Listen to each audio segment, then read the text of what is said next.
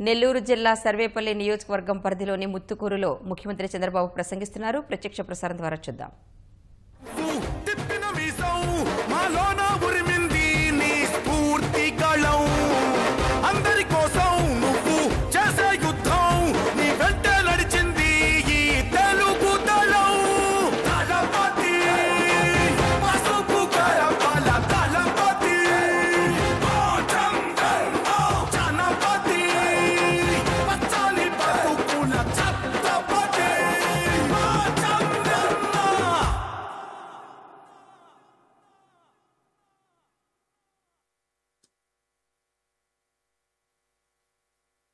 విజయోస్తు విజయోస్తు శతవత్సరాంతం దిగ్విజయమంటుంది స్వర్ణ పతాకం శ్రమయేవ జయతే సద్గుణోపేతం చంద్రన్న కీర్తికి శుభమస్తు నిత్యం.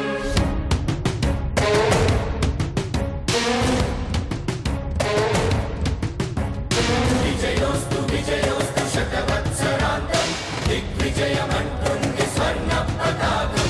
ఎగిరింది ఎగిరింది మన పసుపు జెండా, కష్టాల కన్నీళ్లు తని చేరకుండా నిలిచింది నిలిచింది ఈ తెలుగు జెండా. నవ్యాంధ్ర నిర్మాత చంద్రన్న అండ, రైతు కుల బాంధవుడు శ్రామికుల సేవకుడు చంద్రన్న నాయకుడు వచ్చాడు అడుగో. శ్రీజనుల రక్షకుడు స్వర్ణాంధ్ర సాధకుడు చంద్రన్న నాయకుడు వచ్చాడు. పులివెందులలో సవ్యంగా ఎన్నిక జరిగితే జగన్కు ఓటమి తప్పదని ముఖ్యమంత్రి చంద్రబాబు అన్నారు. ఎన్నికల ప్రచారంలో భాగంగా చిత్తూరు జిల్లా మదనపల్లె, చంద్రగిరి, పుత్తూరు సభల్లో చంద్రబాబు పాల్గొన్నారు. ఇంటర్ చదివిన వాళ్లకు నిరుద్యోగ భృతి ఇస్తామని ప్రకటించారు. మైనార్టీల కోసం ప్రత్యేక బ్యాంక్ ఏర్పాటు చేస్తామని హామీ ఇచ్చారు. చిత్తూరు జిల్లాకు ఇప్పటికే కృష్ణా జలాలు తెచ్చామని, సీమను సస్యశ్యామలం చేయటమే లక్ష్యమని పునరుద్ఘాటించారు. సిపిఎస్ రద్దు కోసం కేంద్రానికి లేఖ రాస్తామన్నారు. గతంలో యోధులతో తలపడిన తాను ఇప్పుడు 31 కేసులున్న నేరగాడితో పోరాడాల్సి వస్తోందని ఆవేదన వ్యక్తం చేశారు. ప్రధాని మోదీ రాష్ట్రానికి అన్యాయం చేశారంటూ తీవ్రస్థాయిలో విరుచుకుపడ్డారు.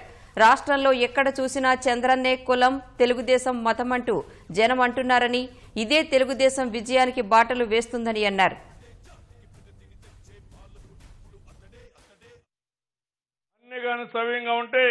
ఇస్లామిక్ బ్యాంకు కూడా పెడతానని చెప్పి మీ అందరికీ హామీ ఇస్తున్నా. ఈ ఇస్లామిక్ బ్యాంకు వల్ల 1 పైసా వడ్డీ లేకుండా అర్హులందరికీ డబ్బులు వచ్చే పరిస్థితి వస్తుంది. మీరు బాగుపడే పరిస్థితి వస్తుంది. మీ అభివృద్ధి కోసం ఏమి చేయడానికైనా నేను సిద్ధంగా ఉన్నానని మరొకసారి మైనారిటీ సోదరులకు విజ్ఞప్తి చేస్తున్నా. ఇప్పుడంతా వలస పక్షులు వచ్చారు హైదరాబాద్ నుంచి. కేసీఆర్ అందరినీ బెదిరించి పంపించాడు. ఫోన్ చేస్తాడు, నువ్వు ఇక్కడ ఉండాలంటే నువ్వు వెళ్ళి అక్కడ వైఎస్ఆర్ కాంగ్రెస్ పార్టీకి పనిచేయమంటున్నాడు. అక్కడి నుంచి వస్తున్నారు. ఆయన దగ్గర ప్రలోభాలకు లోనై మన దగ్గరికి వచ్చి నన్ను తిడతారు. ఎవరి మోహన్ బాబు, ఎవరి జయసుధ, ఎవరి మనుషులు, ఎవరి ఆలి? హైదరాబాద్లో ఉన్నారు, ఉండండి. మీరు హ్యాపీగా ఉన్నారు, హ్యాపీగా ఉండండి. కేసీఆర్ గూడిగం చేస్తారు, చేయండి. ఇక్కడికి వచ్చి మీ పెత్తనం ఏంటని అడుగుతున్నా. మేము కష్టకాలంలో ఉంటే తిత్లీకి వచ్చారా మీరు? ఉదుగుదుకు వచ్చారా మీరు? కబద్దార్, జాగ్రత్తగా ఉండండి. నేను భయపడను. ఒక్కసారి నిర్ణయం చేసిన తర్వాత నరేంద్ర మోడీని ఢిల్లీ నుంచి గుజరాత్ పంపించే వరకు వదిలిపెట్టనని మరొకసారి మీ అందరికీ హామీ ఇస్తున్నా. నరేంద్ర మోడీ కరుడుగట్టిన ఉగ్రవాది, మంచివాడు కాదు.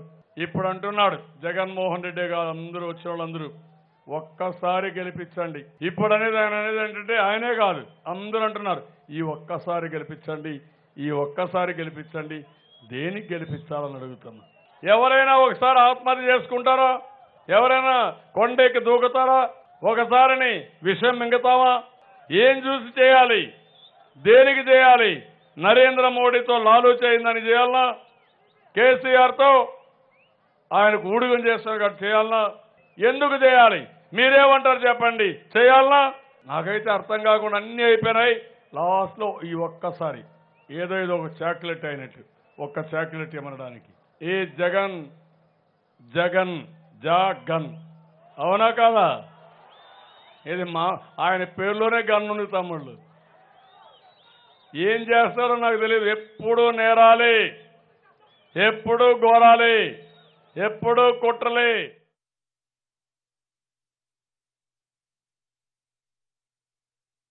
ఇక్కడ ఉన్నాడు ఒక ఎమ్మెల్యే, పెద్ద రౌడీ అనుకుంటున్నాడు. వాళ్ళ నాయకుడు రాష్ట్ర రౌడీ అయితే ఈయన చోటా రౌడీగా ఉండాలనుకుంటున్నాడు.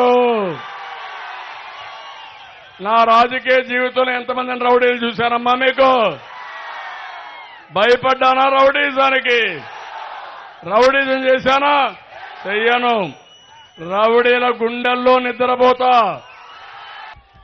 ఈరోజు మీరు చూడండి, ఒంటరి మహిళకు నేను పింఛనిచ్చాను.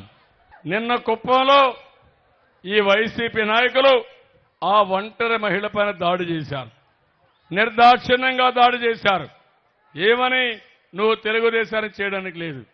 ఆ మహిళ ఒకటే చెప్పింది, నువ్వు విన్నానా చెప్పు, ఆయనకే పనిచేస్తాను తప్ప నేను మీతో రానని చాలా స్పష్టంగా చెప్పింది. ఆ ఇంట్లో బాడుక్కున్నారని ఆ మహిళని అర్ధరాత్రి పూట బయట పంపించారంటే ఈ కాంగ్రెస్ దొంగలు ఎంత దొంగలో ఒక్కసారి వైఎస్ఆర్ కాంగ్రెస్ ఆలోచించాలి. ఈ రోజు ఆడబిడ్డలందరికీ హామీ ఇస్తున్నా, భవిష్యత్తులో 2 గ్యాస్ కనెక్షన్ కూడా 2 పండుగలకు ఉచితంగా ఇస్తానని మా ఆడబిడ్డలందరికీ హామీ ఇస్తున్నా.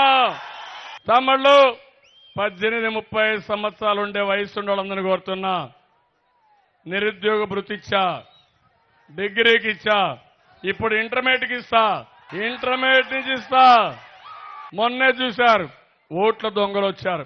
1-2 కాదు, 7 లక్షల ఓట్లు రెడ్ హ్యాండ్ గా పట్టుకున్నా. నేను తెలుసు కదా మీరు నా కథ, నేను పోలీసుని. వీళ్ళ కాపలాదారుడు ఉన్నాడు ఢిల్లీలో. ఉన్నాడా కాపలాదారుడు? ఎవరా కాపలాదారుడు? మోడీ. ఆ కాపలాదారుడిని కాపాడాడు. వదిలిపెట్టాను. ఎన్నికలు అయిన తర్వాత అయినా సరే 7 లక్షల దొంగోట్లు వేసిన వాళ్ళందరినీ జైలుకు పంపిస్తాను తమ్ముళ్ళు అని మీకు తెలియజేస్తున్నా. నిన్న నరేంద్ర మోడీ వచ్చాడు రాజమండ్రికి. ఈ నరేంద్ర మోడీకి నిజం చెప్పడం ఎప్పుడూ రాదు. గాంధీ పుట్టిన రాష్ట్రంలో నరేంద్ర మోడీ పుట్టాడు. గాంధీ అసత్యాలే చెప్పడు, నరేంద్ర మోడీ సత్యమే చెప్పడు. గాంధీ అహింసావాదం, నరేంద్ర మోడీది హింసావాదం. తల్లిని చూడలేడు, తల్లికి బిచ్చం పెట్టినవాడు దేశాన్ని ఉద్ధరిస్తాడంట. ఓకే,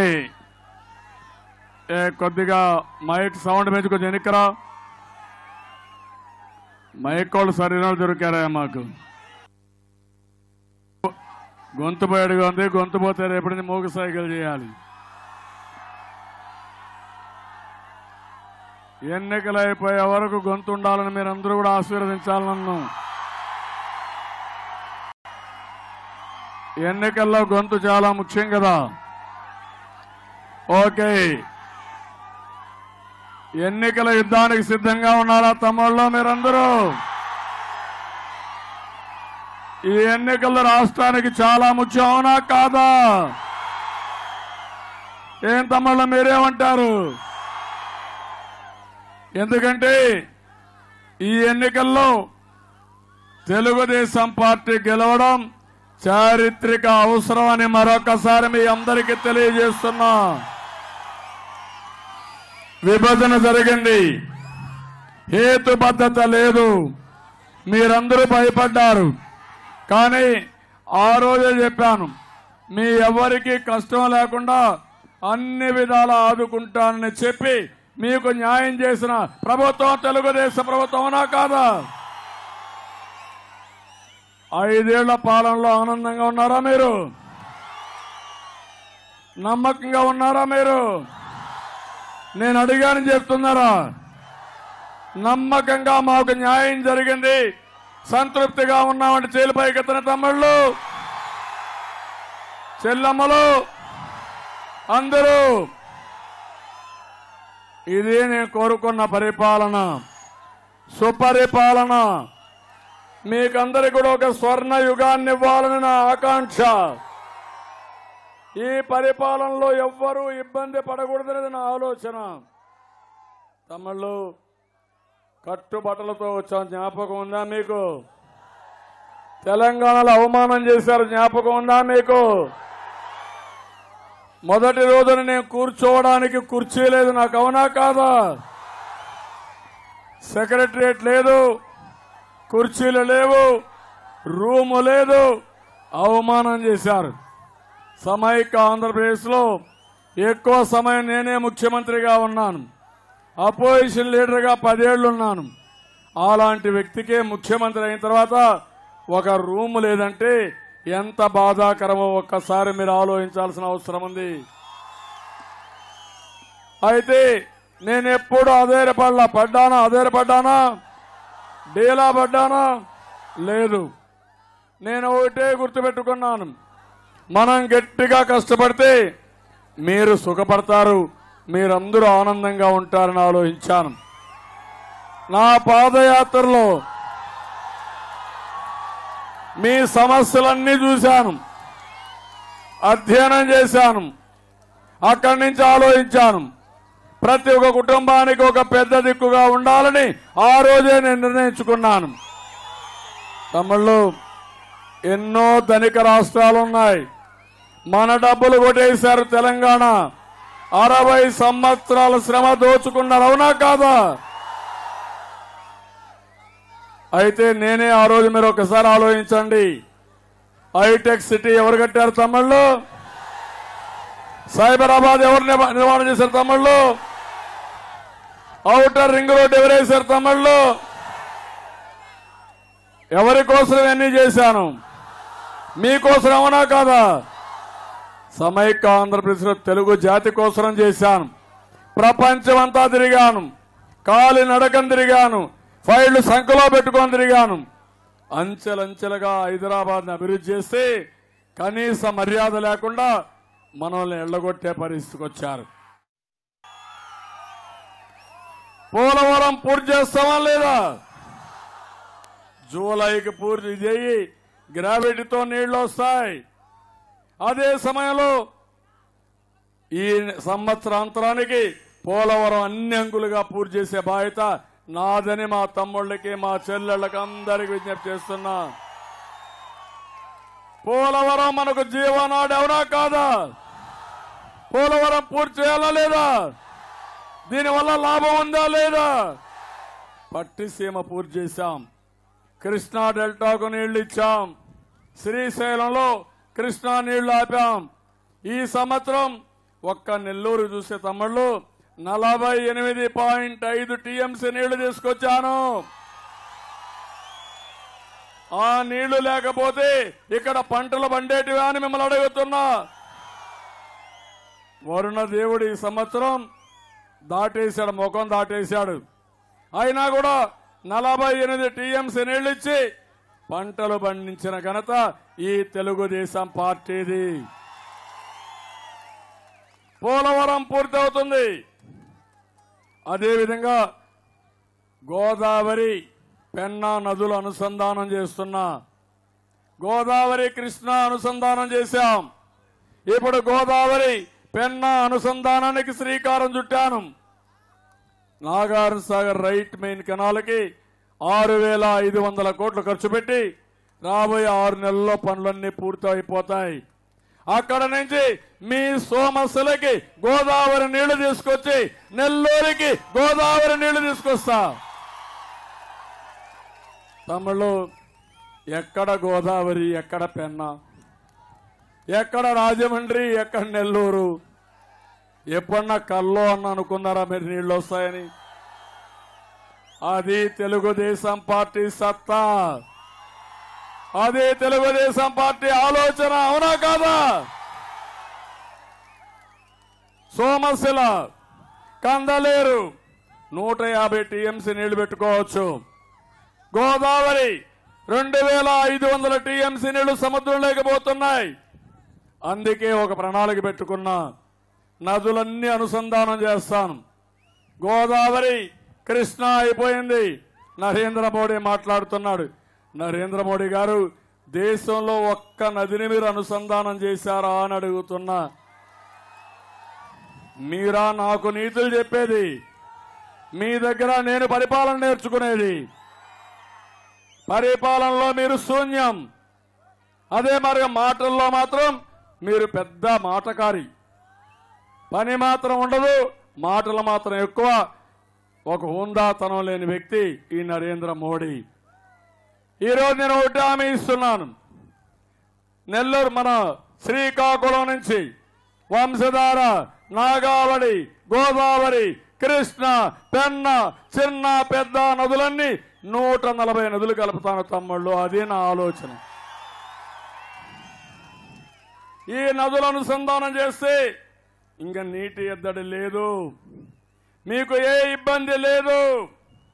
ఇంకొక పక్క ఆలోచిస్తున్నా, ఆ రోజు కృష్ణపట్నం పోర్టు ఎవరు తమ్ముళ్ళు ఫౌండేషన్ వేసింది? దానివల్ల లాభం వచ్చిందా లేదా మీకు? ఈ ప్రాంతం అభివృద్ధి అయిందా లేదా మీకు? ఇప్పుడు ఆలోచిస్తున్నా, ఆ రోజు నేనే గంగవరం పోర్టుకు ఫౌండేషన్ వేశాను, కాకినాడ పోర్టుకు ఫౌండేషన్ వేశాను. ఇప్పుడు మళ్ళీ వస్తానే బావనిపాడు, అదే మరిగా బందరు, మా తమ్ముడు చెప్పిన లెక్క ప్రకారం కాకినాడ కమర్షియల్ పోర్టు, రామాయంపట్నం, ఈ పోర్టులన్నీ కూడా స్టార్ట్ చేశాను.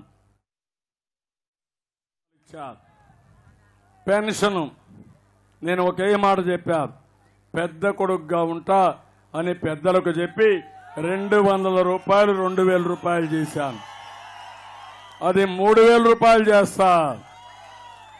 అవసరమైతే గౌరవప్రదమైన జీవితం కోసం పెద్దవాళ్ళందరికీ, తల్లిదండ్రులందరికీ నేను పెద్ద కొడుకుగా శాశ్వతంగా ఉంటానని మీ అందరికీ హామీ ఇస్తున్నా.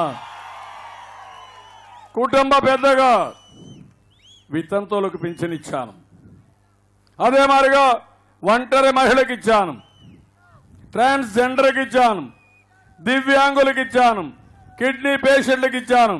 నేను ఇవ్వండి ఎవరికి చెప్పండి తమ్ముళ్ళు? 55 లక్షల మందికి మీ ఇంటి దగ్గర 2000 రూపాయల నుంచి 10,000 రూపాయల వరకు ఇస్తున్నాను. ఎప్పుడన్నా ఊహించారా? తెలంగాణలో ఎంత ఇచ్చారు తమ్ముళ్ళు? మన డబ్బులంతా కొట్టేసి 54% ఆదాయం వాళ్ళకి, 42% జనాభా. మన ఆదాయం 46%, జనాభా 58%. అక్కడిచ్చింది 1000 రూపాయలు, ఇప్పుడు కూడా 1000 రూపాయలే. నేను 2000 ఇచ్చి 3000 కూడా ఇస్తానన్నానంటే అది నాకు పేదల పట్ల అభిమానం. నేను కష్టపడేది మీకోసం. నాకు కావాల్సింది పేరు తప్ప నాకు ఏమాత్రం ఏది అవసరం లేదు తమ్ముళ్ళు. మీరు బాగుండడం, ఆ పేరు నాకు వస్తే అదే పెద్ద ఆనందం.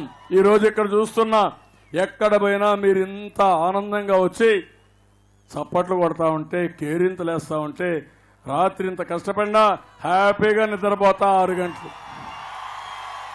దీనికంటే మించిన ఆనందం ఏం కావాలి తమ్ముళ్ళు? ఎటు చూసినా సముద్రమే, ఎటు చూసినా ఉత్సాహమే. ఇదే నాకు కావాల్సింది. అందుకనే మా ఆడబిడ్డలు, ఏమమ్మా నాకు 1 కోటి మంది చెల్లెమ్మలు. ఏం తమ్ముళ్ళు మీకు ఎంతమంది చెల్లెమ్మలు? 1రా 2రా 3రా? 1, 2, 3.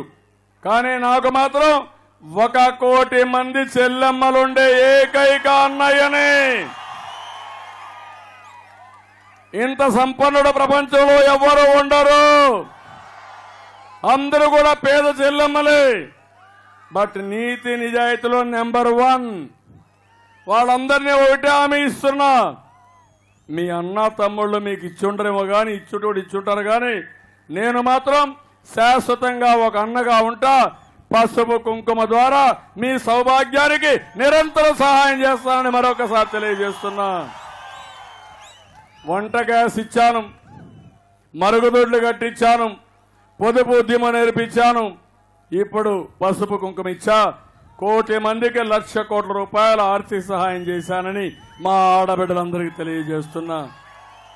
నేను అడుగుతున్నా మా ఆడబిడ్డల్ని, నా చెల్లెల్ని, మీరు ఆనందంగా ఉన్నారా లేదా? చెల్లెమ్మలో మీరే చెప్పండి. ఎక్కడ పోయినా ఉధృతంగా వస్తున్నారు, ఊర్లు కదిలొస్తున్నారు.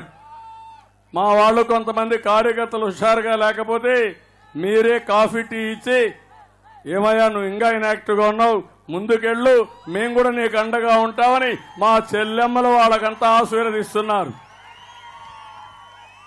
రాత్రి 12, 1 గంట వరకు మా అన్నయ్య ఎవరిని పెట్టాడు అభ్యర్థిగా వాళ్ళని ఒకసారి చూస్తాం. మేము సంఘీభావాన్ని తెలియజేస్తాను మా చెల్లెమ్మలు చెప్తున్నారంటే ఒక ఉధృతంగా పోరాటం జరుగుతా ఉంది. నేను ఒకటే మా ఆడబిడ్డలు కోరుతున్నా, మనల్ని కొంతమంది మోసం చేయడానికి కూడా వస్తారు. మీరు ఏమారకూడదు. ఒక వారం 5వ తారీఖున మీరు డబ్బులు తీసుకోండి. 3వ చెక్ ఇచ్చాను.